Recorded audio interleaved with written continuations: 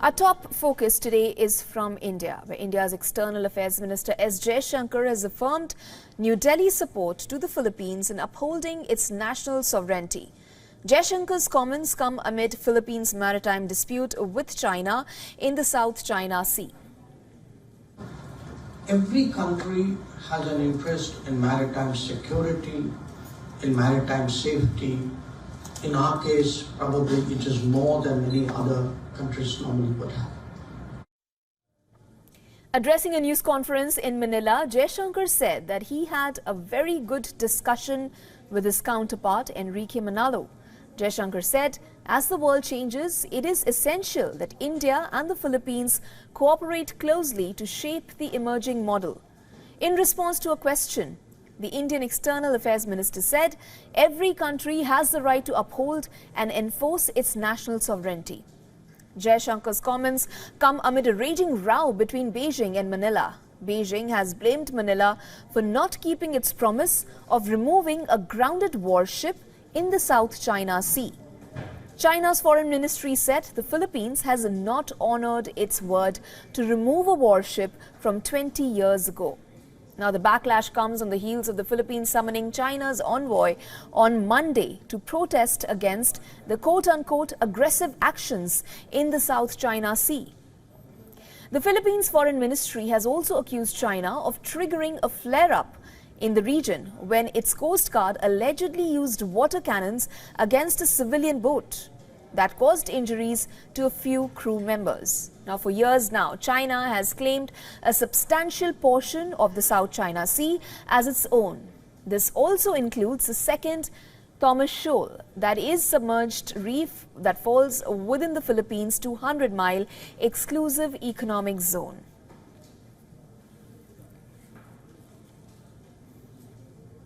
For more on this, we are now joined by our principal diplomatic correspondent, Siddhant Sibal from New Delhi. Siddhant, first up, just give us a background here. Now, we know that this particular vessel has been in the South China Sea for over 20 years, as China claims. Give us a bit of background. Should the Philippines have originally removed the vessel?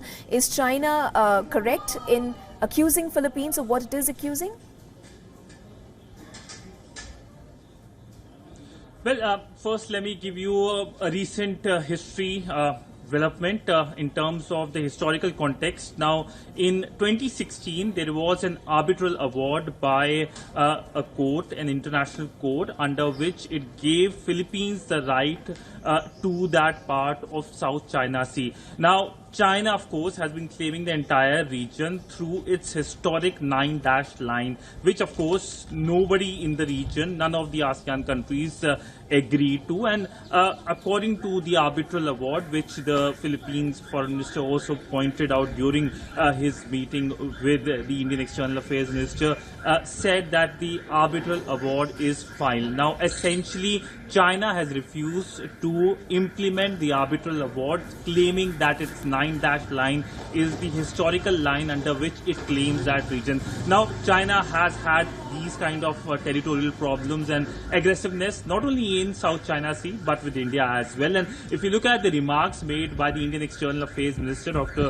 S. Jaishankar, these are very important and a remark that shows increased relationship between India and Philippines. The visit also comes at an important time as well. And essentially, the Indian External Affairs Minister reiterated that Philippines has the right to defend its sovereignty. And the Indian External Affairs Minister also pointed out to the UNCLOS, that is the UN Law of Seas. It's a 1982 law, and the 2016 arbitral award gets its legality from UNCLOS as well. So the Indian External Affairs Minister highlighted that countries need to understand and be committed to UNCLOS, and China has ratified the UNCLOS itself. So there are several nuances, but the remarks made by the Indian External Affairs Minister in Philippines shows a strong support by New Delhi towards Manila. In fact, the Indian External Affairs Minister is also going to meet the Filipino Defense Secretary and the Filipino President as well. Right. Siddhant, in the backdrop of the history that you just gave us, and also with India being touted as the voice of the global South, could you just elaborate for us how much of an impact would you suppose the External Affairs Minister's comments would have? Well, so far, since the aftermath of the incident involving aggressive actions by the Chinese towards a Filipino boat in the exclusive economic zone of Philippines, we have seen reactions by almost 20 countries. The Filipino minister said that support has come from all these 20 countries, and India is the latest country to join the ranks of the countries who have been supporting Philippines. Now, India's remarks are important. First, as an important power in the Indo-Pacific, coming in support of a friendly nation. The second, of course, what India has done, has taken a position towards Philippines at a time when it has also been dealing with a very aggressive China towards its northern border when it comes to line of actual control. We have seen China just yesterday claiming the Indian state of Arunachal Pradesh. In fact, if you look at the transcript of the Chinese Foreign Ministry yesterday, they've claimed the Filipino area and also the Indian state of Arunachal Pradesh. That is reflective of the Chinese expansionist, many will say, views about Asia and a country that is seen destabilizing the Indo-Pacific region.